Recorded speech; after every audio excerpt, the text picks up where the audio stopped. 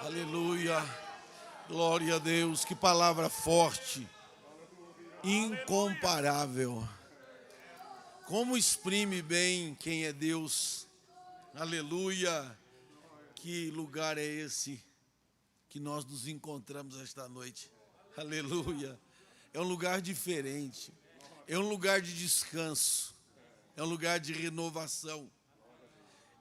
E sempre que vem avivamentos assim de alegria, de lágrima, é porque Deus está atendendo o clamor do seu povo. Os dias são maus, mas o nosso Deus é incomparável. Os dias são terríveis, mas o nosso Deus continua incomparável. Como é bom fazer essas declarações. Cumprimento-vos na paz do Senhor Jesus.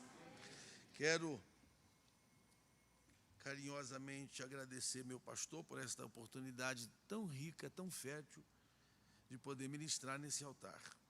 E já rogar aos irmãos que abram suas Bíblias, se assim puderem fazer, no capítulo 16 de Mateus, capítulo 16 de Mateus, versículo 18.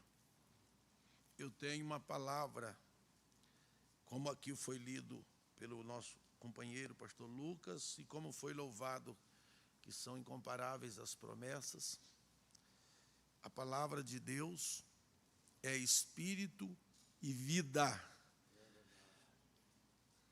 O escritor aos Hebreus, ele teve uma felicidade tão grande que ele conseguiu juntar duas palavras. Ele diz: a palavra de Deus é viva e eficaz. Não bastava ser viva, tinha que ser eficaz. Tem gente que é vivo, mas não é eficaz. Só vivo, vive. Fulano vive, vive.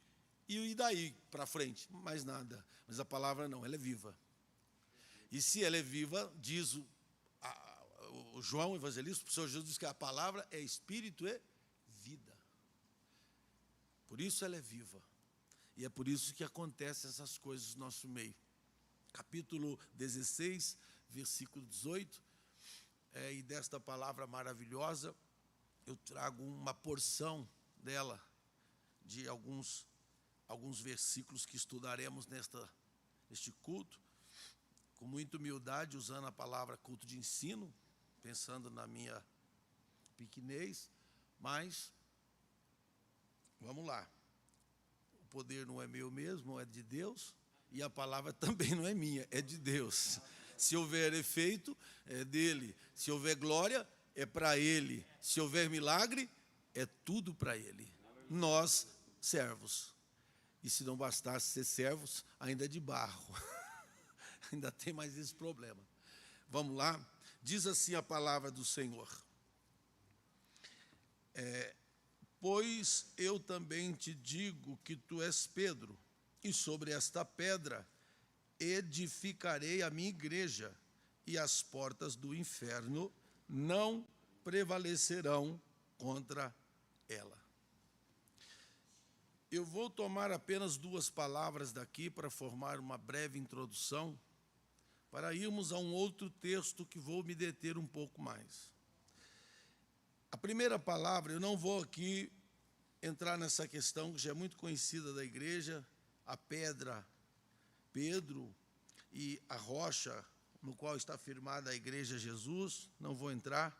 Eu vou tomar daqui duas palavras: edificarei e não prevalecerão contra ela.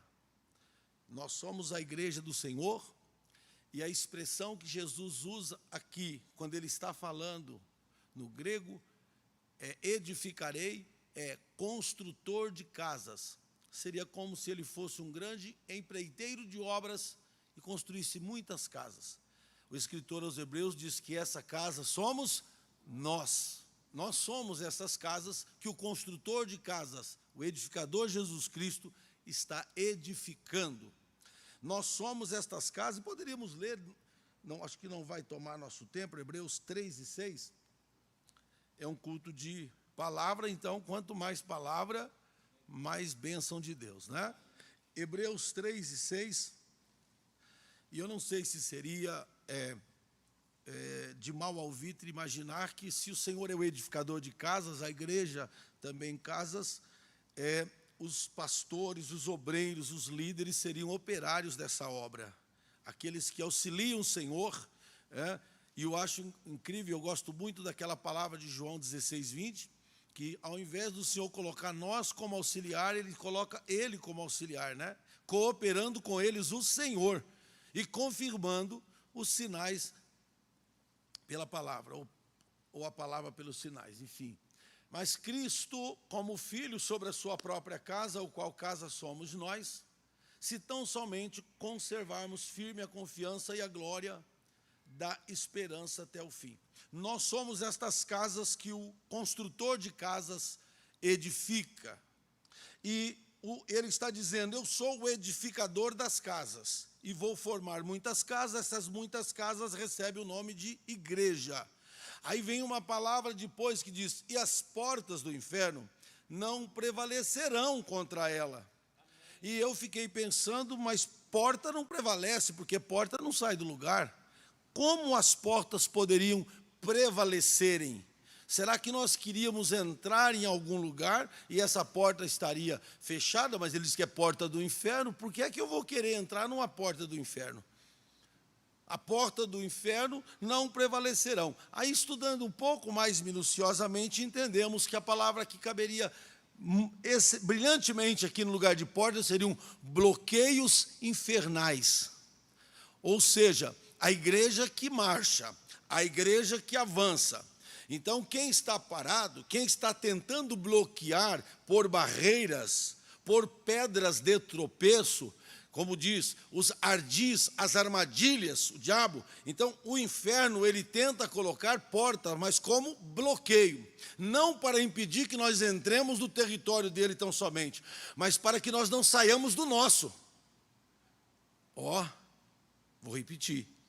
O diabo não está apenas preocupado em blindar os lugares para nós não entrarmos com o evangelho, mas ele está muito mais preocupado em nos manter aqui dentro, sem sair para esses lugares.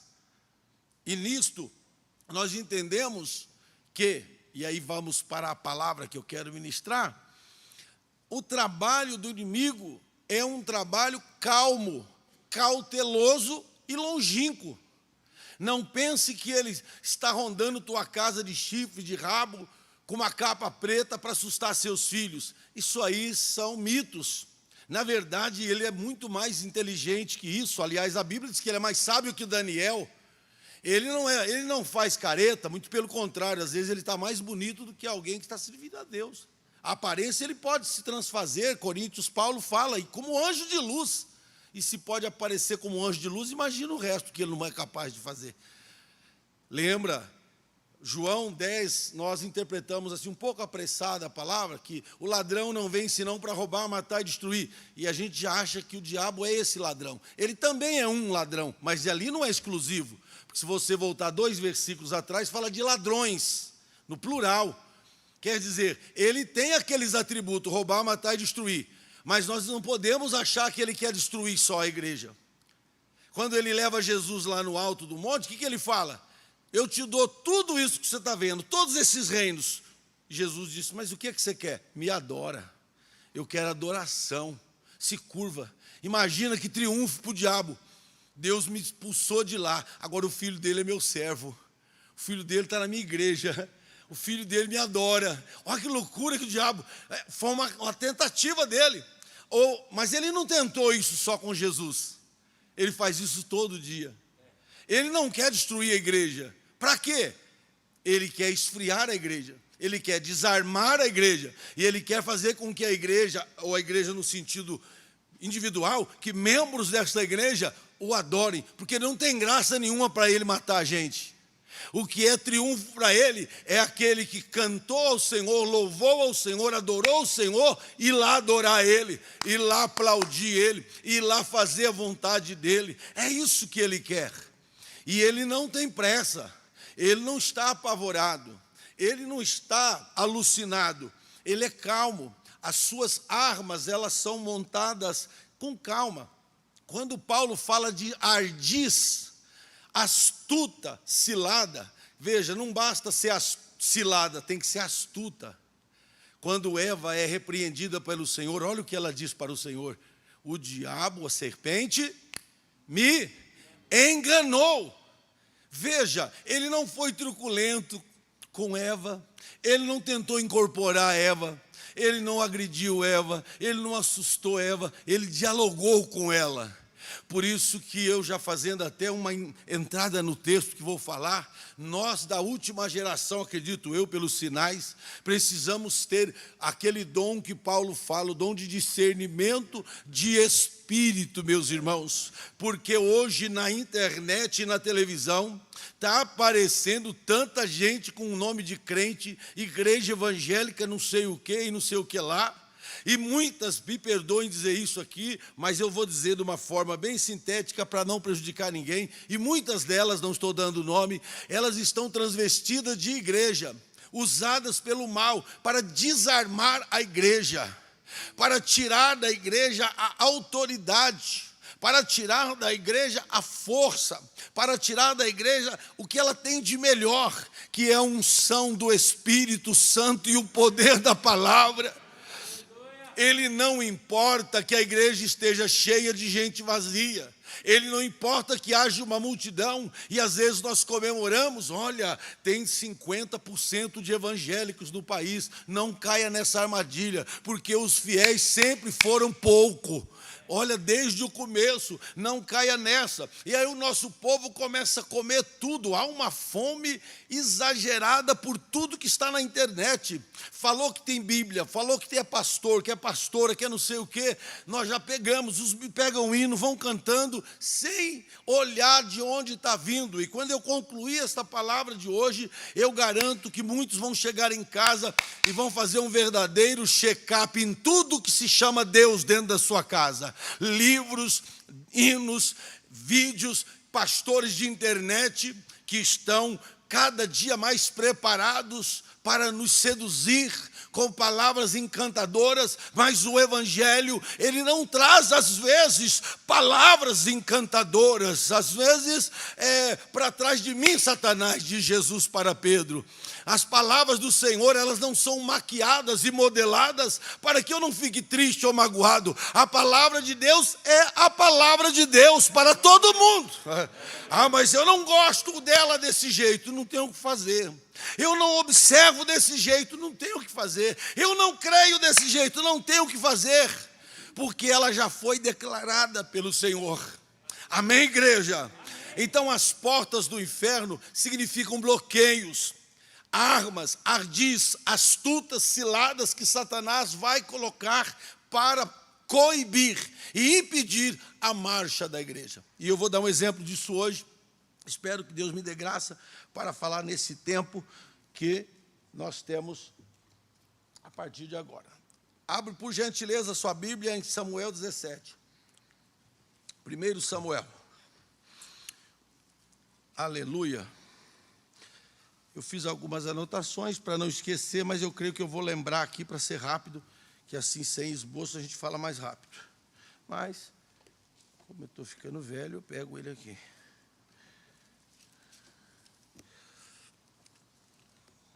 Vamos lá, irmãos amados. 1 Samuel 17.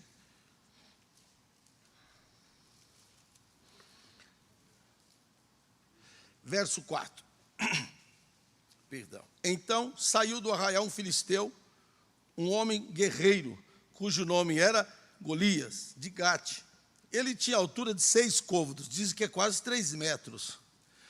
Um capacete na cabeça, vai anotando isso aqui, porque a palavra que eu vou trazer pode ser nova para algumas pessoas. Ele trazia um capacete, vestia uma couraça de escamas, e o peso da couraça era 5.000 ciclos de bronze, acho que cerca de 60 quilos, eu acho. Trazia graves de bronze por cima dos pés, caneleiras, um escudo de bronze entre seus ombros. E a haste da sua lança era como eixo de tecelão, e o ferro da sua lança, 600 ciclos de ferro. Olha o peso disso. E diante dele, não bastava tudo isso que ele estava carregando, e diante dele ainda ia um homem, um pajem de armas, um soldado, carregando mais coisas. Olha bem, ele já estava com tudo isso. E ainda ia um secretário com um monte de arma na mão, porque se aquelas escapassem, ele pegava as outras. Olha o tamanho da fome que o inimigo tem contra o povo de Deus. Olha a fome dele. Ele está preparado. Ele tinha ido um escudeiro. Parou e chamou as companhias de Israel e disse-lhes: para que saireis a ordenar a batalha? Não sou eu filisteu? E vocês não são servos de Saul? Vamos fazer um acordo. Vamos fazer um acordo. Escolhe um homem daí e vem brigar comigo. Olha o verso 9. Se ele puder pelejar comigo e me ferir, nós seremos servos de vocês. Nós vamos nos entregar, Israel vai fazer da gente o que quiser. Olha que proposta, hein? Irrecusável. Vai que alguém de Israel vence. Boa proposta, não é? Se eu perder, toda a nação vai se curvar a vocês e ao Deus de vocês, o Deus de Israel. Que proposta maravilhosa. Só que não. Se ele puder, tal. E se eu vencer e ferir ele, vocês serão nossos servos e nos servireis. O diabo quer matar alguém? Ele quer que o povo que Deus escolheu vá servi-lo. Há milhões de pessoas no mundo para ele fazer isso, mas ele não quer. Ele quer quem tem a marca do sangue de Jesus. Mas ele não vai agredir ninguém, ele não está agredindo ninguém. Veja, o gigante não agrediu ninguém. Ele está propondo. E aí, veja bem, versículo 10. Disse mais o filisteu: eu desafio as companhias de Israel, dai-me um homem. Olha aqui, gente. Dá-me um homem para a gente pelejar. Então Saul, ouvindo isso, ouvindo as palavras dos filisteus, espantaram e temeram muito. Para eu ganhar tempo, ele propôs uma coisa muito boa. Só que em Israel, ninguém se candidatou. Ninguém. E eles ficaram ali, todos sabem, por 40 dias. Ele ficou 40 dias, ele chegava cedinho e gritava: já acharam um homem? Não, ainda não, estamos procurando. Ah, tá. Quando achar, vocês me avisam para a gente brigar. Porque se eu matar eles, vocês são nossos. Se eles me matar. Agora, veja o detalhe da ousadia e da covardia do diabo. Ele está pedindo um homem. Bem, Davi, como nós sabemos, o que ele faz? Ele vai lá levar comida, os irmãos já conhecem, ele se candidata a brigar. Eu vou enfrentar esse homem. Saul olhou e disse: você, justo você? Ele disse: justo eu não, eu vou enfrentar ele e tal. Ele disse: mas como é que você pode enfrentar? Você nem é soldado, você não tem, você não sabe lutar com espada, você não tem armadura, você não tem nada aí para enfrentar ele. Como é que você vai enfrentar ele? Eu vou enfrentar ele, estou me candidatando, pode ser? Ele disse: não. Aí depois que Davi contou a história lá do leão, do urso, ele falou: então tudo bem, só que tem um detalhe, você terá que usar uma armadura, e você vai usar a minha. Aí, eu não vou ler os textos, porque a igreja sabe disso. Aí Davi colocou a armadura dele, mas a Bíblia diz, e eu amo quando você grifa isso na sua Bíblia, mas Davi não conseguiu nem andar, porque ele nunca havia usado uma armadura. Vai anotando, porque aqui tem mistério de Deus. É tremendo. Ele nunca usou. Ah, mas diziam lá, quando vão apresentar para Saul ele como músico, fala que ele é soldado preparado. O menino lá quase entregou o ouro, aquele que apresentou Saul para Saul. Falou: ele é soldado preparado. Quase que ele entregou. O segredo de Davi que eu vou te contar hoje. Quase. Mas aí Saul disse: você não é soldado, você não vai conseguir. E Saul tirou aquela armadura, Davi disse: não, pode deixar comigo. E aí sabemos que ele desceu no rio e pegou 5 pedras lisas. Amém? Até aqui, irmãos? 5 pedras. Aquelas pedras, alguém diz que era do tamanho de um ovo, mais ou menos. Um ovo de pata, mais ou menos. E então ele tinha uma funda.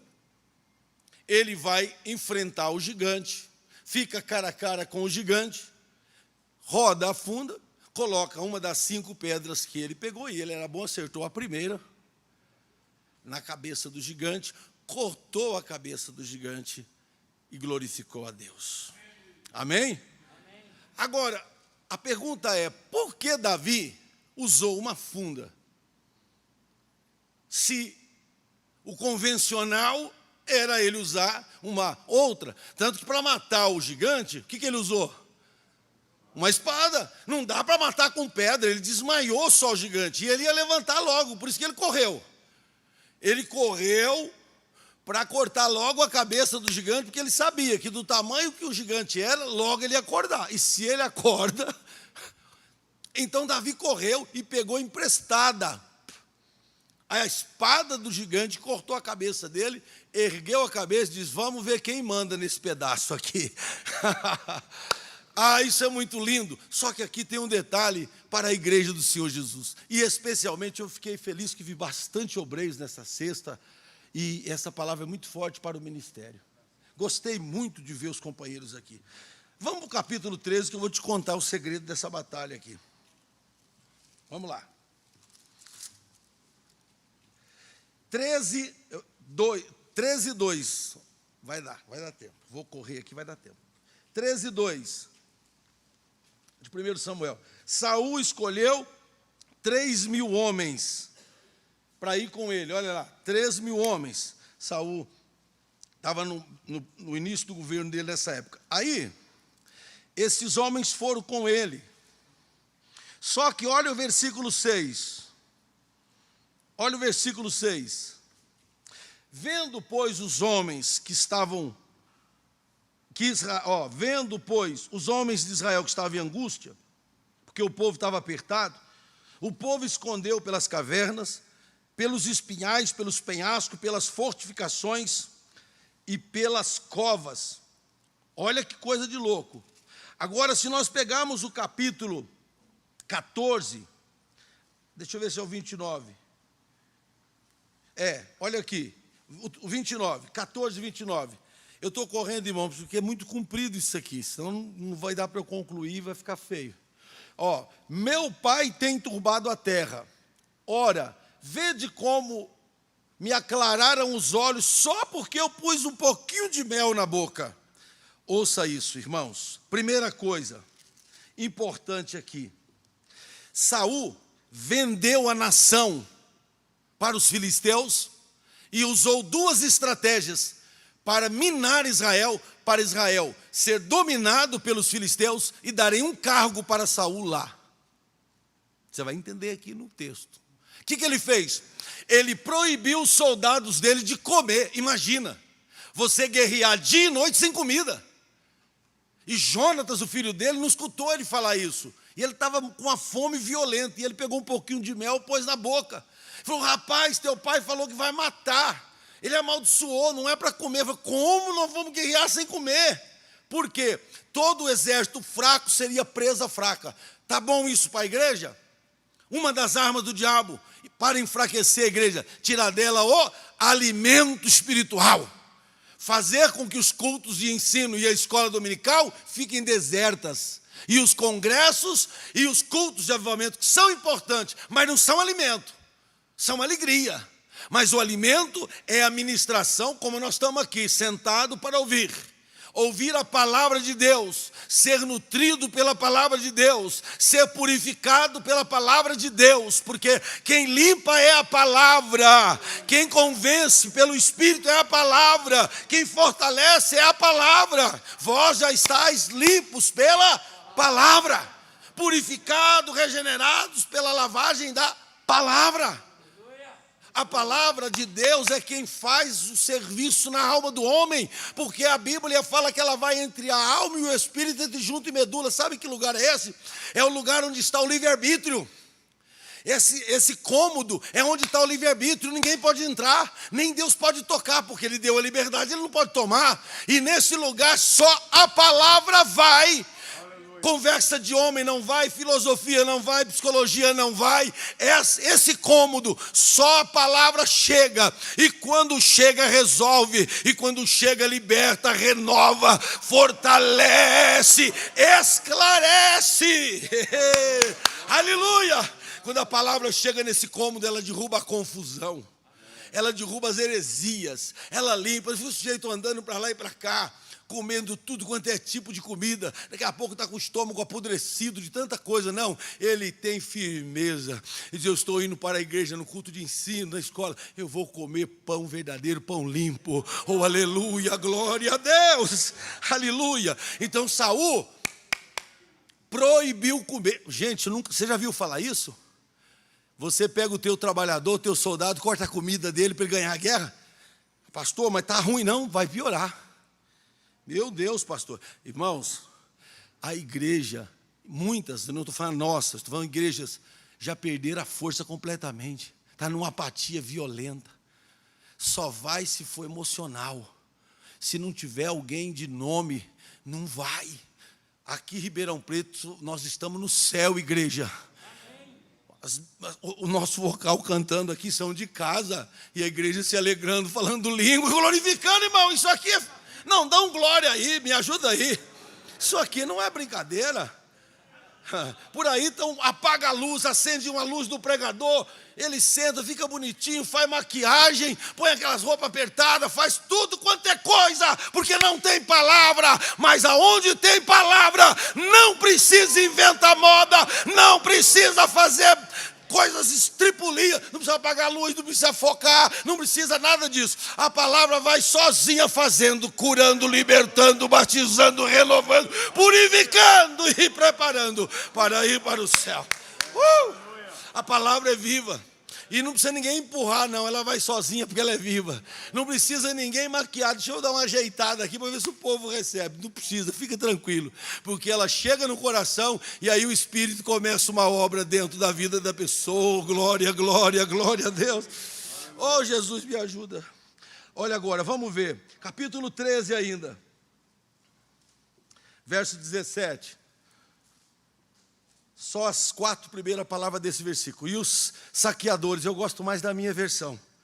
A minha versão diz assim: os destruidores saíram do campo dos filisteus. Olha o nome que o Espírito Santo dá a eles, destruidores. Agora pega o 19 para você ver que Saul, a primeira arma, o verso 19, a primeira arma, guarda comigo quem estiver anotando, a primeira arma cortou a comida para enfraquecer os soldados. Isso passou, irmãos, amém? Segundo, e em toda a terra de Israel, nenhum ferreiro havia, porque os filisteus tinham dito, para que os hebreus não façam espada nem lança. Olha aí, gente, verso 19, porque os filisteus tinham dito, verso 20, pelo que todo Israel tinha que descer aos filisteus para amolar a ferramenta. Olha aí, irmãos. A sua relha, sua enxada, seu machado e seu sacho, tudo ferramenta de lavoura. Não podia ser espada, não podia ser arma de guerra, só ferramenta para trabalhar, para quando os filisteus entrassem na terra de Israel tivesse muita colheita. Olha aqui, esse era o acordo de Saul, porque como que eles iam fazer isso em Israel sem a permissão do rei? 21, tinham porém limas adentadas para seus sachos, quer dizer, a lima era dentada que ela só servia para molar a ferramenta, não dava para fazer espada. Povo maldito, hein? E aí, e para os machados e para consertar as aguilhadas. Agora, arrepia a tua alma. Por que Saul deu a armadura para Davi? Verso 22, arrepie para ver o tanto de demônio que existia na vida desse Saul. E sucedeu que no dia da peleja não se achou nem espada, nem lança na mão de todo o povo de Israel. Somente, porém, acharam-se armas com Saul e com Jonatas, seu filho. Nenhum homem de Israel tinha arma, escudo, proteção nenhuma. Só o pai e o filho tinham. Ele vendeu a nação, só que ele ficou, protegeu ele e o filho deles. Filho, vamos proteger nós dois, que o povo se lasque. Quando você vê o nosso pastor aqui, bradando pela doutrina, pelos bons costumes, pelo respeito, ele está dizendo assim, não vou ficar só eu com a armadura não, eu quero toda a igreja com a armadura. Não, dá um glória aí, eu falei um negócio forte, eu falei algo forte, merecia um amém, Ronaldo, merecia um amém, eu falei algo forte, porque um líder frouxo deixa a nação fraca, sem comida e desarmada, fácil. Por isso que o gigante gritou lá: venham, pode vir, vem brigar comigo. Ele sabia que ninguém poderia vencê-lo, porque não tinha arma. Ia matar ele no tapa? Ia matar ele na mordida? Ele sabia, aquilo foi preparado anos, foi estratégia de guerra, aquilo veio de longe. Irmão, aquela batalha foi selecionada, foi marcada. Se fosse hoje, tinha câmeras ao vivo, tinha tudo. Aquilo não foi por acaso. Eles negociaram, disseram: vamos desarmar o povo. Está parecendo os dias de hoje, né? Vamos desarmar o povo, vamos armar o inimigo. Nós ouvimos o pastor Jimmy falando que essa cultura de treinar as crianças no homossexualismo é desde 1939. A primeira precursora que se levantou. Olha quando está estourando isso agora, gente. As mazelas vêm de longe, infiltrando aos poucos. Já tem gente, eu tenho que falar, eu não vou poupar de falar, eu estou aqui com a autoridade de Deus que meu pastor me deu. Tem gente no nosso meio prestando serviço para os filisteus. Vai lá molar a ferramenta na oficina do diabo, a mola depois vem querer usar a ferramenta na casa de Deus. Se mistura com essa raça, aprende essa doutrina, aprova essa doutrina e quer fazer discípulo no nosso meio. Não tem vaga aqui para esse tipo de gente. Não adianta ir amolar a ferramenta lá, porque o nosso Deus tem os seus fiéis. Se 6 é 7 mil, se é 50 mil, mas eles ainda estão de joelho. E enquanto houver uma igreja militante, que ora, que respeita, que guarda a palavra de Deus, filisteu não vai botar banca na igreja. Eu quero adorar o meu Deus, porque eu estou numa igreja maravilhosa. Os filisteus não conseguem, as ferramentas param lá na porta. Aleluia, aleluia. Mas tem obreiros amolando ferramenta lá na oficina do filisteu. Pegando aquelas mensagenzinhas meia boca, pregadinha com luzinha e pianinho. E ai, você ouviu aquela mensagem lá? Ai, eu chorei a mensagem inteira. Toma jeito. Aí não vem na igreja, não vem na ceia, não oferta, não dizima, não coopera, não evangeliza, não ama. Está cheio do quê? Está lá amolando a ferramenta, está preparando para o dia D. Vai haver uma grande batalha na terra. O Satanás ainda vai enfrentar a igreja, mas ele vai escolher o dia e o tempo. Mas eles estão tentando preparar, transtornar nossas crianças, nossos jovens. Olha quantos jovens sumiram nessa pandemia. Irmãos, muitos, até pastores, durante a pandemia, ficaram na caverna quietinho. E o povo amolando as ferramentas na oficina do diabo. O povo indo para tudo quanto é canto. A igreja fechada, mas as baladas, as raves, lá no sítio, nas fazendas, rolando solta. E muitos indo amolar a ferramenta lá na oficina dos filisteus. E acabou, não tinha mais força, não tinha mais coragem. Mas louvado seja Deus que no campo de Ribeirão, até onde eu tenho notícia, as portas da igreja às vezes estavam fechadas, mas os filhos de Deus estavam lá dentro, amolando a ferramenta nos meninos divinos, amolando a ferramenta na casa do oleiro. E aí quando vem a lei, pode abrir a porta, está desse jeito aqui. O povo está cheio do Espírito, o povo está cantando no Espírito, o povo está orando no Espírito e está pregando com a revelação de Deus e não amolando ferramenta na oficina do diabo. Aí vem e com modas, pregadores com umas roupas que a gente tem que fechar o olho. Irmãos, vamos dar as mãos. É hora de acordarmos e percebermos, está pregando bem, está pregando bonito, está pregando forte, mas olha a roupa dela, olha a roupa dele, olha o comportamento. Mas roupa não leva para o céu. Será que foi assim que nós aprendemos? Foi assim que chegou até aqui? O evangelho não veio até aqui, irmãos, bancando. Ele veio por gotas de sangue. Bom, eu vou concluir porque já vai dar o meu tempo. Agora, só que tem uma coisa. Deus é o Deus de duas coisas, da surpresa e dos improváveis.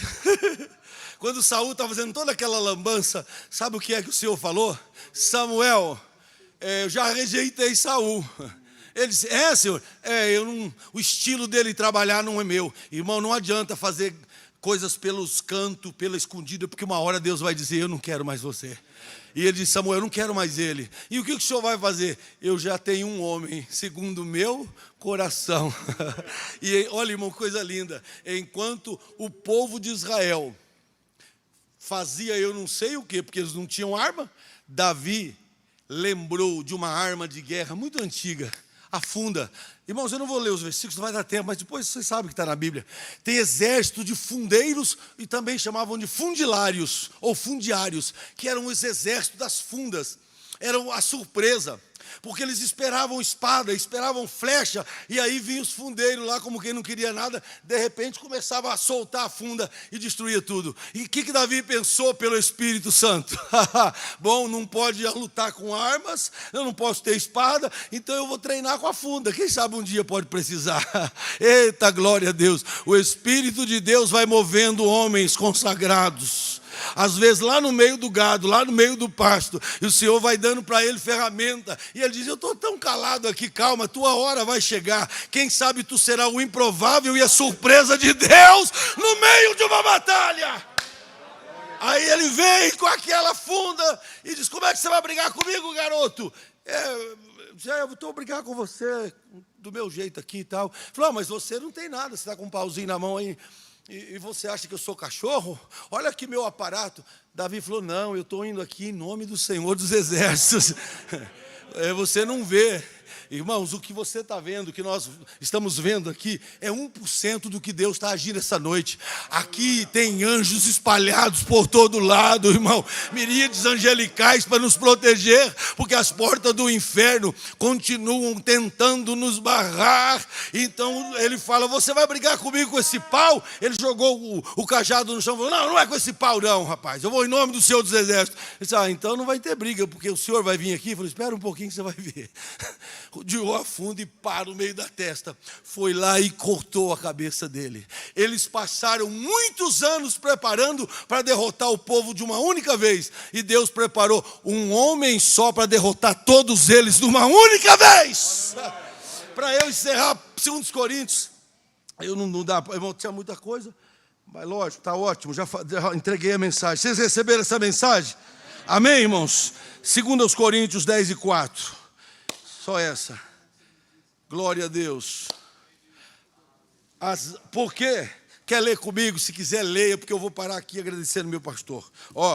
Porque as armas da nossa milícia não são carnais, mas sim poderosas em Deus para destruição das fortalezas.